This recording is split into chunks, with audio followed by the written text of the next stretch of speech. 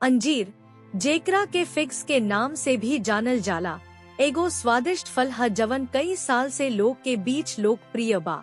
इ ना सिर्फ स्वादिष्ट होखेला, बालों के एकर बहुत फायदा भी बा, जवन की आपके स्वास्थ्य में सुधार कर सकता। त आई जानल जाव की रौरा रोज अंजीर काहे खाए के चाही आ एकरा से रौरा स्वास्थ्य के कैसे फायदा हो सकेला।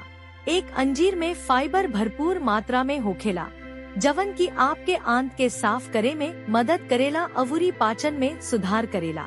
अगर कब्ज के मुद्दा बा त अंजीर जरूर खाएं।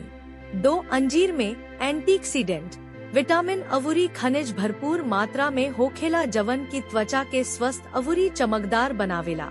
अगर आप अपना त्वचा के जवानी राखे के चाहतानी अवूरी झुर्री से बचे के चाहतानी त अंजीर आपके खान पान में एगो बढ़िया जोड़ हो सकता। 3, अंजीर में कैल्शियम, मैग्नीशियम अवूरी फास्फोरस जैसन पोषक तत्व होखेला, जवन की आपके हड्डी के मजबूत अवूरी स्वस्थ राखेला। कि आपके हड्डी के स्वास्थ्य के समर्थन करे वाला सबसे निमन फल में से एगो हा। 4, अंजीर में पोटेशियम होखेला, जवन की आपके शरीर में सोडियम के स्तर के संतुलित करे में मदद करेला।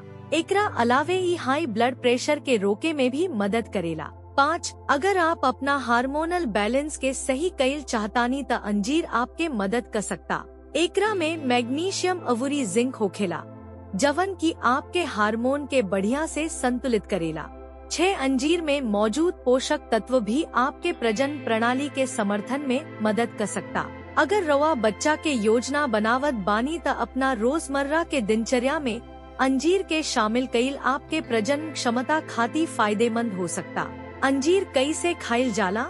अब रौरा सोचत होखब कि अंजीर के अपना रोजमर्रा के काम में कैसे शामिल कईल जाव। एकरा के आप अपना आहार में दुगो सरल तरीका से शामिल कर सकतानी।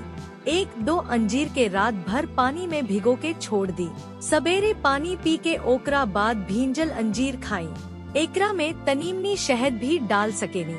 2, दूध के संगे अंजीर के उबाल के दूध पियला के बाद खा सकतानी। त आज ही अंजीर खाए के शुरू करी आ एकर कई गो स्वास्थ्य फायदा उठाई।